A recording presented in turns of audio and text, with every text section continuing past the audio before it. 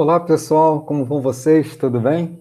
Nós vamos dar continuidade ao nosso assunto sobre escatologia, não é? E na aula de hoje, nós vamos falar sobre algo muito importante para quem lê a Bíblia e, sobretudo, para a gente nesse momento que está estudando sobre escatologia, ou seja, o ensino das últimas coisas, as coisas que estão por acontecer. Você já percebeu uma coisa? Que as igrejas evangélicas, elas não têm uma concordância, um consenso sobre certas doutrinas, sobre certos acontecimentos do final dos tempos? É fato que nós concordamos nas doutrinas principais, né? Nós sabemos que Jesus vai voltar, que a igreja vai ser arrebatada, que vai haver um tempo de angústia chamado tribulação, que haverá um milênio, a Bíblia fala sobre o milênio, mas não existe concordância quando essas coisas vão acontecer e de que maneira vão acontecer. Alguns, por exemplo, acreditam que a igreja, os salvos em Cristo Jesus, não vão passar pela tribulação. Outros acreditam que nós vamos passar pela tribulação. Uns acreditam que o milênio é um período exato de 1000 anos, outros já não acreditam que seja um período de 1000 anos, ok? Então, por que isso? Por que essas diversas correntes escatológicas? Isso tudo é por conta de algo chamado modelo de interpretação. E na aula de hoje nós vamos falar sobre isso. Eu vou compartilhar aqui a tela com vocês, para que vocês possam ver uma apresentação, uma singela apresentação que eu fiz. Tanta gente fera já ministrou antes de mim, eu fico até preocupado. Mas então vamos lá, na nossa humilde apresentação está aqui. Está carregando. Opa, está aí. Métodos de interpretação bíblica. É muito importante a gente entender que a Bíblia é um conjunto de livros, 66 livros, e esses livros foram escritos há muito tempo, todos eles, obviamente, por homens inspirados por Deus, mas pessoas que comunicaram algo, né, para a sua época, para outras pessoas da sua época. Então, dentro da Bíblia, ela carrega consigo cultura, ela carrega consigo a cultura daquela época, costumes, ela carrega narrativa bíblicas, lá tem poesia, tem cânticos, tem tem ditados, tem muita coisa e que a tradução para os dias de hoje, muita coisa se perde. Então, saber interpretar a sua leitura, né, utilizar os métodos de interpretação é muito importante. Vamos lá. Primeira pergunta que eu quero fazer para você, e você deve fazer, né, para você mesmo, como você for ler a Bíblia, é: como eu devo interpretar a Bíblia? Existem duas maneiras. Existe um método literal e um método alegórico. E é isso que a gente vai ver. Método literal, ele é o mais fácil. É o método de interpretação que dá a cada palavra o seu sentido básico e exato, conforme teria no seu uso costumeiro, normal, empregado de um modo escrito, oral ou conceitual. O texto quer dizer o que o autor quis dizer. Então, isso é muito precioso. Você vai fazer uma leitura bíblica, você precisa fazer essa pergunta, né? O que o autor quis dizer? O que ele queria comunicar? Por isso que a gente colocou ali, ó, o texto quer dizer o que o autor quis dizer. Vamos lá para um exemplo? Lucas 10:36 é a parábola do bom samaritano.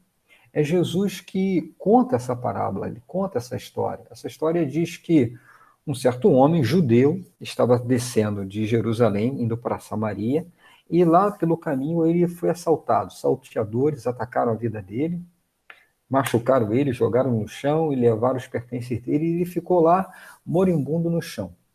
Passado algum tempo, eis que passam perto, né, do homem caído no chão, um sacerdote e um levita. Mas esses homens olham e não ajudam aquele homem. Mas um tempo se passa e eis que ali está passando um samaritano. Opa! Quem são os samaritanos? Os samaritanos são um povo que é desafeto dos judeus. Os judeus não se dão bem com os samaritanos por questões históricas que você já deve saber, e eu não vou me prender agora nesse momento. Porém, apesar desse homem ser assim, quase que um inimigo daquele judeu, não se dá bem, ele se compadece daquele homem, ele pega aquele homem, aplica, né, ali um óleo, o vinho sobre os machucados do homem, porque o óleo, o unguento, era usado naquela época para como remédio, pega aquele homem, coloca sobre o seu jumento, leva até uma hospedaria, né, e fala para o gerente da hospedaria, o estaleiro, fala assim, olha, toma conta desse homem e dá 2 dinheiros lá, 2 moedas, cuida dele até que eu volte. Pois bem, sabe qual é a interpretação que já deram para esse texto, para essa parábola? Lá no início da igreja, o Orígenes foi um dos pais da igreja, ele falou o seguinte: olha, essa parábola quer dizer o seguinte, que o judeu é Adão e o pecado, tá, são os dois salteadores. O pecado entrou na vida do homem, derrubou o homem, isso é a queda. E o sacerdote que passa e o levita que passa são a lei, é a lei de Moisés, que é incapaz de cuidar do homem. E o bom samaritano é Jesus, esse sim, para, cuida do homem, cuida das suas feridas, coloca em cima do jumento, que aí é o pregador, né, o evangelista, leva para a hospedagem, que seria a igreja, e coloca esse homem aos cuidados lá do hospedeiro, né? Do zelador, do gerente da hospedagem, que é o pastor, e fala com ele, olha, dá 2 moedas, que seriam o batismo e a ceia, cuida dele até que eu volte, a segunda vinda. Qual o erro dessa interpretação? Qual o problema? Essa interpretação, enfim, ela não tem nenhum problema. Fala sobre a redenção. Realmente Jesus morreu por nossos pecados, ele cuidou da gente, restaurou, né? E um dia vai voltar para nos levar. Só que a pergunta é o seguinte: o texto quer dizer o que o autor quer dizer? A gente precisa voltar lá. Por que que Jesus contou essa parábola? Qual foi a razão? Porque alguém chegou perto de Jesus e perguntou: Senhor, quem é meu próximo? E Jesus, com essa parábola, ele quer dizer o seguinte: o teu próximo é qualquer pessoa que esteja precisando da tua ajuda, ainda que seja teu inimigo. Então, o que Orígenes fez foi forçar o texto, ver algo que não tinha nada a ver. E isso a gente precisa ter cuidado, porque a gente tem que olhar e procurar saber o que que Paulo quis escrever quando escreveu, né, a carta para os Coríntios, quando escreveu para Éfeso. O que que ele queria dizer ali? O que que ele queria comunicar? O que que Jesus queria comunicar? Isso é algo que a gente precisa ter cuidado. Então, primeiramente, você precisa ler literalmente o texto, ver o que que o texto está querendo dizer. Existe um método alegórico, e esse aí realmente é o que a gente tem que prestar um pouco mais atenção. Método alegórico. A interpretação alegórica da Bíblia é a abordagem que atribui a uma interpretação mais que literal ao conteúdo do texto bíblico. É a partir do pressuposto que o autor quis dizer mais do que escreveu. Então, o método alegórico é aquele método que utiliza a parte literal apenas como um veículo, mas a mensagem principal ela está ali na forma alegórica. Isso acontece na Bíblia? Acontece. Olha aqui. Eu olhei e eis que no meio do ancião estava um cordeiro, como havendo sido morto. Aí você vai ler assim, poxa, olhei que no meio dos anciões estava um cordeiro, então tinha um cordeiro, um animal morto? Não.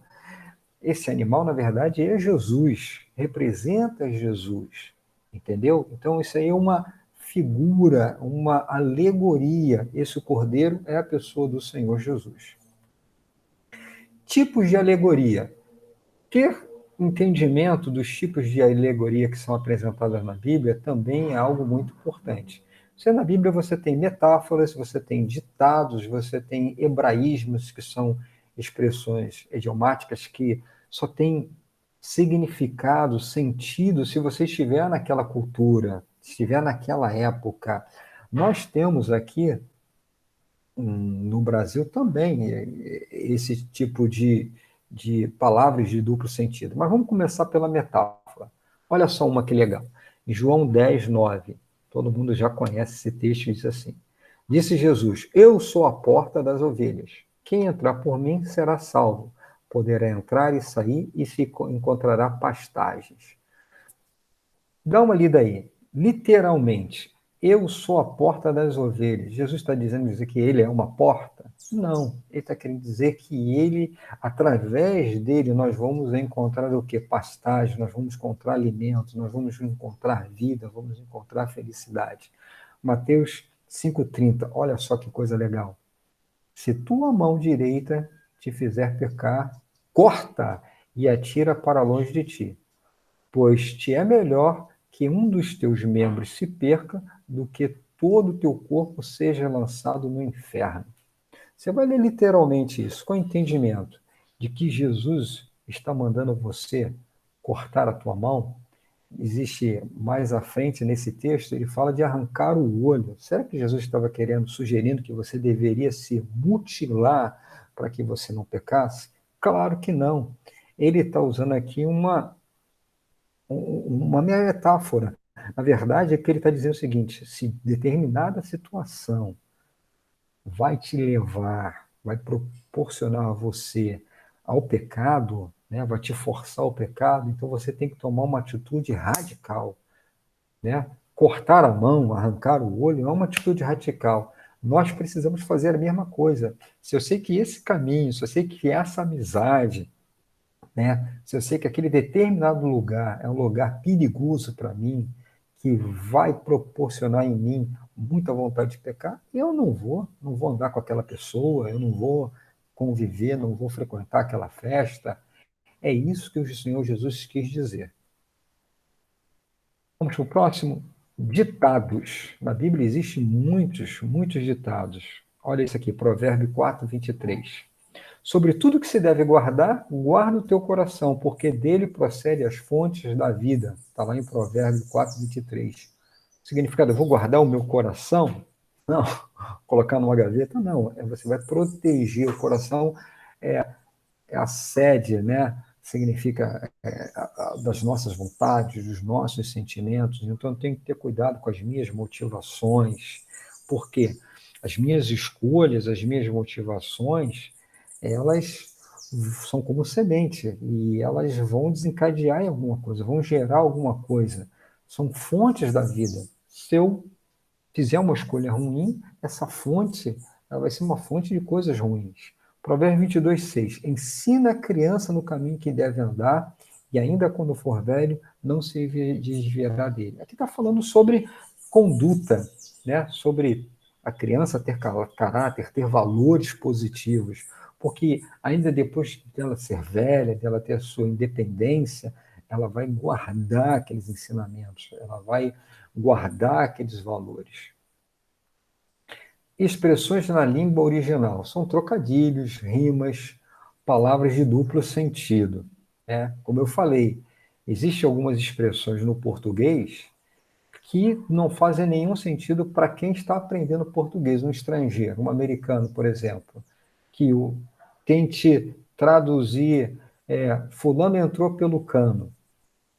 Ele vai ter dificuldade. Como é que é? A pessoa entrou no cano.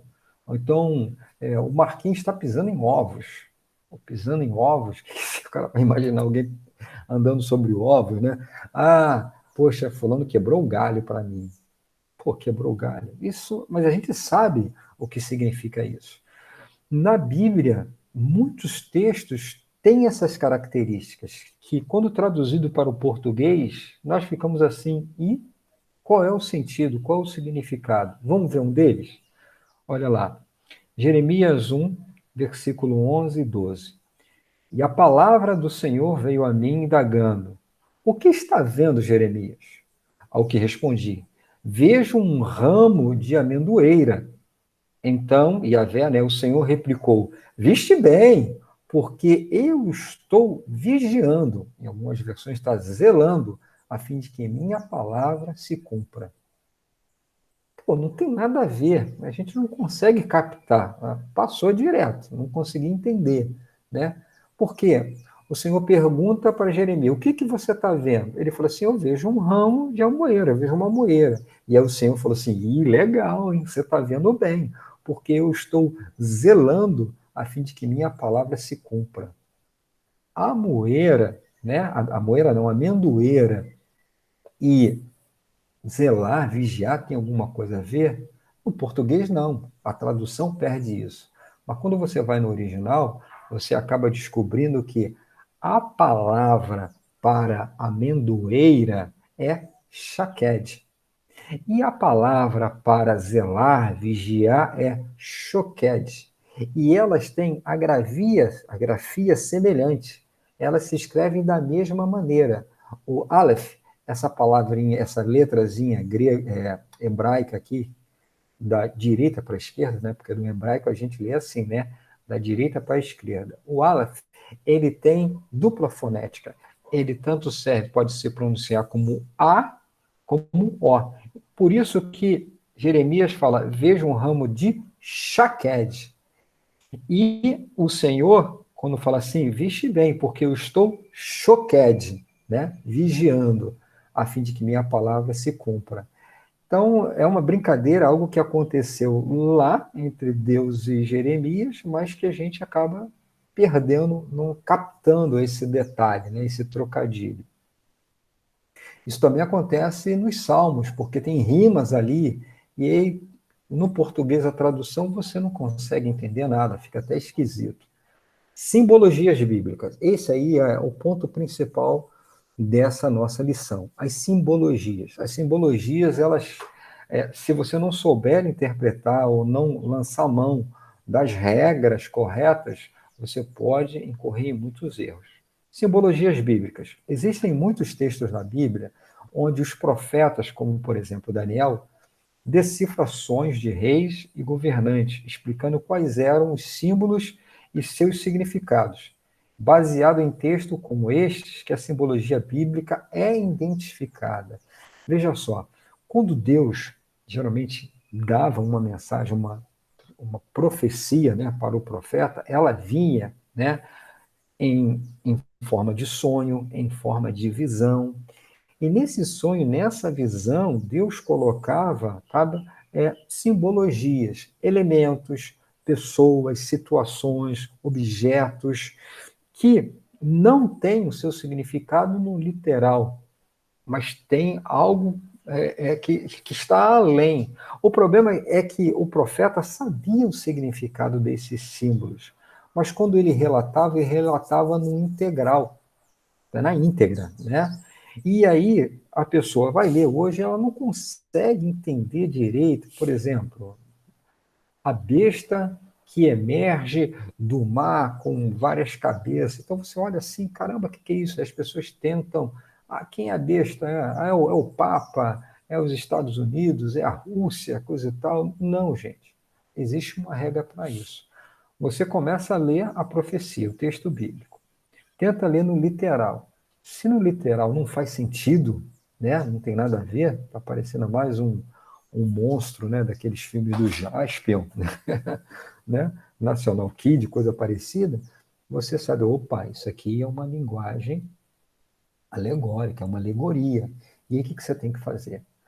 Está escrito aí, a Bíblia auto se explica. Você tem que parar, se tratando de uma alegoria, você tem que ir na Bíblia, procurar se aquela alegoria foi utilizada alguma vez. Porque se ela foi utilizada alguma vez, muito provável está lá, Deus colocou o significado dela lá. E aí você, entendendo o significado, você vai aplicar. Por exemplo, a gente sabe que por Daniel 7, que a besta, que é um monstro, né? Ele fala a respeito do quê? De um império, de um governo, de homens, tá entendendo? As cabeças se referem a reis, os chifres, a poder também a reis. Isso tudo está em Daniel, a gente consegue entender isso. Então eu sei que o monstro aí está se referindo, tá entendendo? Ao governo de homens, que emerge do mar. E a gente encontra na palavra também que o mar significa são os povos gentílicos, né? É a humanidade. E o povo de Israel não está ligado com aquela ação que veio do mar, então veio dos gentios, ok? Isso é muito importante. Você precisa entender que a Bíblia auto se explica. Olha só, um exemplo para que a gente possa entender melhor isso. Em Isaías 63, explica Apocalipse 19. O que a gente encontra lá em Apocalipse 19? Seus olhos são como chamas vivas de fogo, em sua cabeça há muitas coroas, e um nome escrito que somente ele conhece. Estava vestido com um manto salpicado de sangue, e o seu nome é a palavra de Deus. O S ficou pequenininho ali, mas é Deus, tá?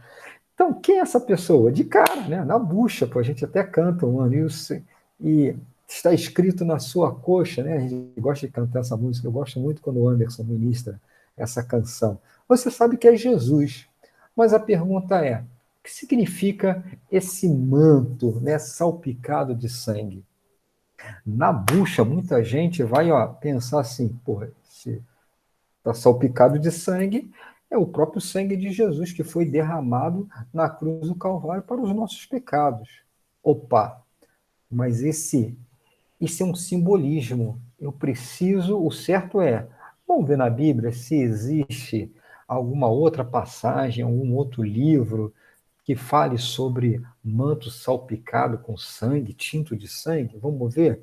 Está lá em Isaías 63, muito tempo antes, mais de 600 anos antes. O que a gente encontra? Olha o que diz lá em Isaías 63. Quem é este que vem de Edom, de Bosra, com veste de vivas cores, que é glorioso em sua vestidura, que marcha na plenitude da sua força? Sou eu quem falo em justiça, poderoso para salvar. Porque estás vestido o traje e as tuas vestes como as daqueles que pisam as uvas no lagar, o lagar que eu pisei sozinho, e dos povos nenhum homem se achava comigo. Pisei as uvas na minha ira, e no meu furor as esmaguei. E o seu sangue me salpicou as vestes e me manchou todo o traje. Porque o dia da vingança me está no coração, e os anos dos meus redimidos é chegado. Olhei, e não havia quem me ajudasse. Admirei-me de não haver quem me sustivesse.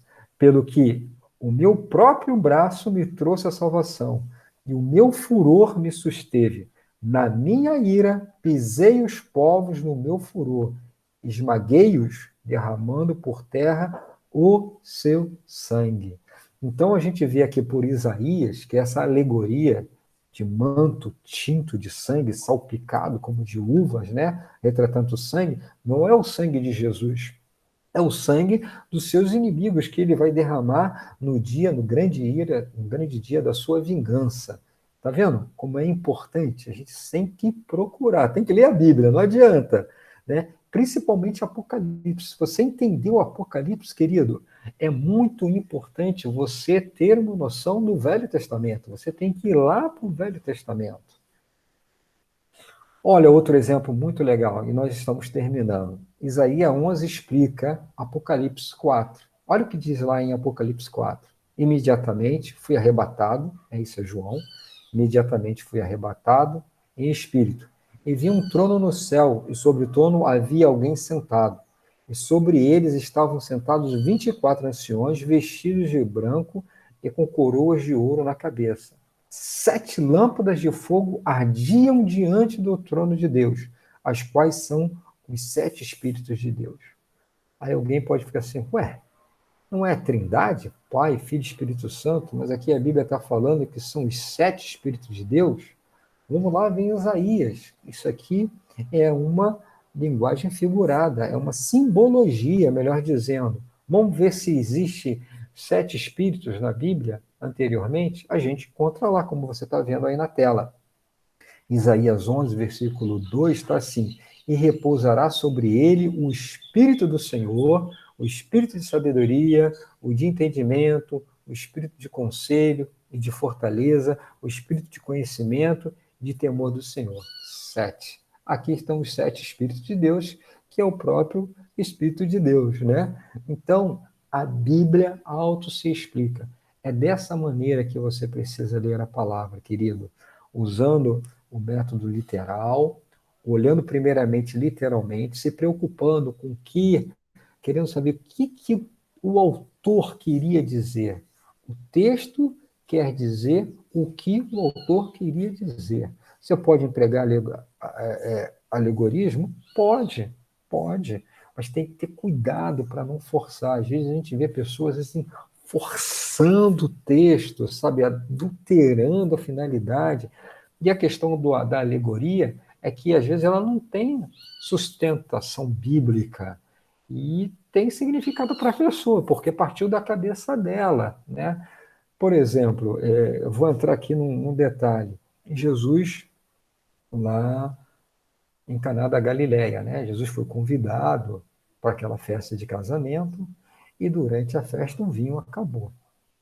Maria, né, era próxima da família e sabia que aquele casal ia passar por um grande vexame, porque o vinho acabou. O que ia acontecer? Ia ser um escândalo, né? Era uma questão cultural. E pediu a Jesus se Jesus poderia ajudar. E Jesus o que fez?